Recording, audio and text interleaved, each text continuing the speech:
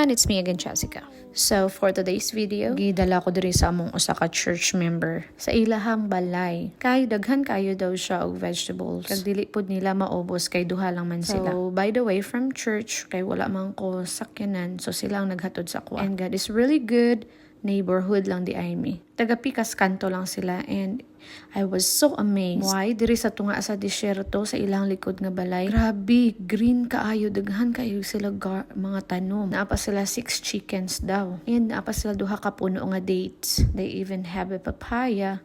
Pero maulang to, wala sila nakakuha sang fruit kay ma-frozen man daw. So well, daghan kay islagi panghatag sa kuha na ay mga radish. May kale sila, may basil, may chilies, naapod sila broccoli, naapod sila lettuce, naapod jud parsley, kag unsa pa ning uban. May cilantro, super green thumb.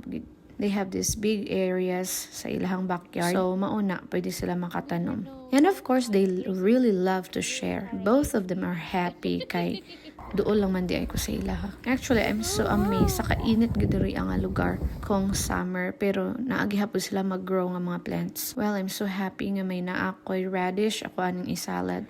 Purely organic. Well, butangan na ni kamatis o calamansi. Of course, solved na. You know, God really knows nga maunig niya akong inspiration and makita ang mga garden or mga tanom. It really inspires me. Daghan pud sila mga chilies nga gitanom.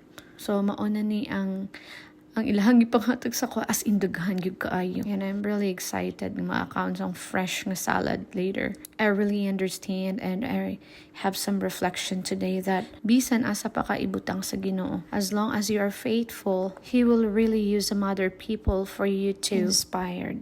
Well, thank you for watching. God bless everyone. Bye-bye.